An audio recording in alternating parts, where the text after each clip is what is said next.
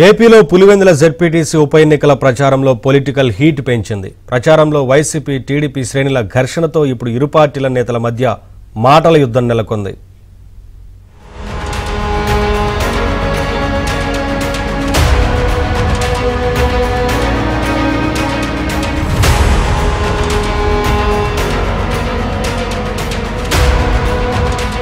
ఏపీలో పులివెందుల జెడ్పీటీసీ ఉప ఎన్నిక రణరంగంగా మారింది. నల్లగొండువారిపల్లె ఎన్నికల ప్రచారంలో టీడీపీ, వైసీపీ శ్రేణులు పరస్పర దాడికి దిగారు. రాళ్లు, కత్తులతో గొడవకు దిగడంతో ఉద్రిక్త వాతావరణం నెలకొంది.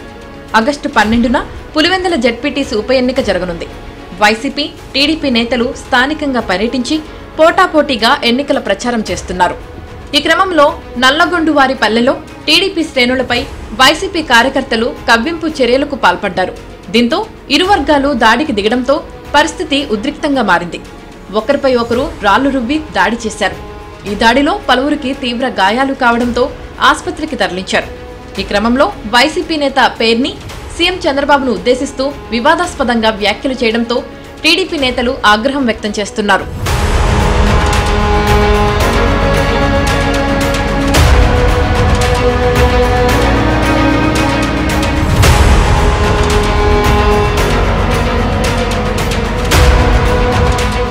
నల్లగొండువారిపల్లెలో పులివెందుల జెడ్పీటీసీ ఉప ఎన్నిక ప్రచారంలో జరిగిన దాడి ఘటనపై వైసీపీ నేతలు అబద్దాలు ప్రచారం చేస్తున్నారు.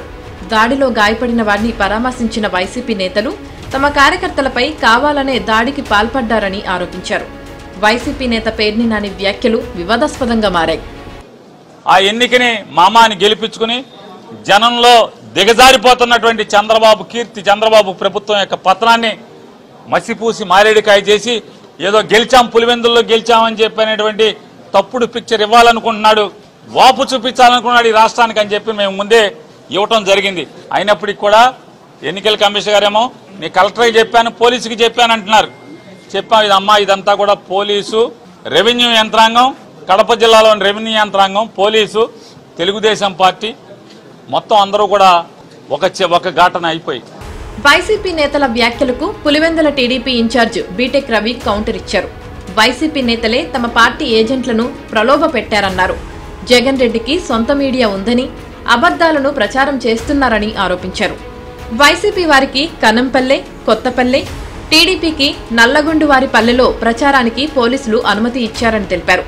అయితే వైసీపీ వాళ్లే తమ పార్టీ కార్యకర్తలను రెచ్చగొట్టి గొడవకు దిగారని, దీంతో ఒకరిపై ఒకరు దాడికి పాల్పడ్డారని బీటెక్ రవి చెప్పారు. 100% ఘర్షణ జరిగిన మాట వాస్తవం. ఇది ఏకపక్షంగా జరిగిన దాడి కాదు. అక్కడ పరస్పరం వాళ్ళు ఒకరిద్దరు దాడులు చేసుకున్నారు. అందులో భాగంగానే ఇతనికి కూడా ధనుంజయ్ ఇతని పేరు, ఇతని కూడా దెబ్బలు తగిలినాయి. వాళ్ళకంటే ముందే కూడా స్టేషన్పై కంప్లైంట్ ఇచ్చినారు. తర్వాత ఇతన్ని కూడా హాస్పిటల్కి పంపించాలని చెప్పి 2 గంటలు పెట్టుకుంటే స్టేషన్లోనే మీ ప్రెస్ మీట్ ఉందని చెప్పి కూడా ఇప్పుడు ఇతన్ని పిలిపించడం జరిగింది. దీన్ని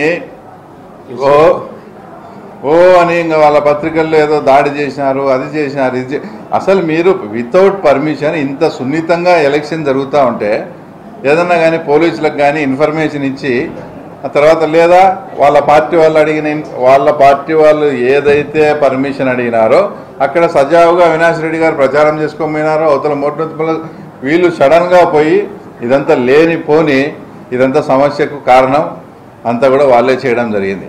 పులివెందుల జెడ్పీటీసీ ఉప ఎన్నిక కోసం 11 మంది అభ్యర్థులు బరిలో ఉన్నారు.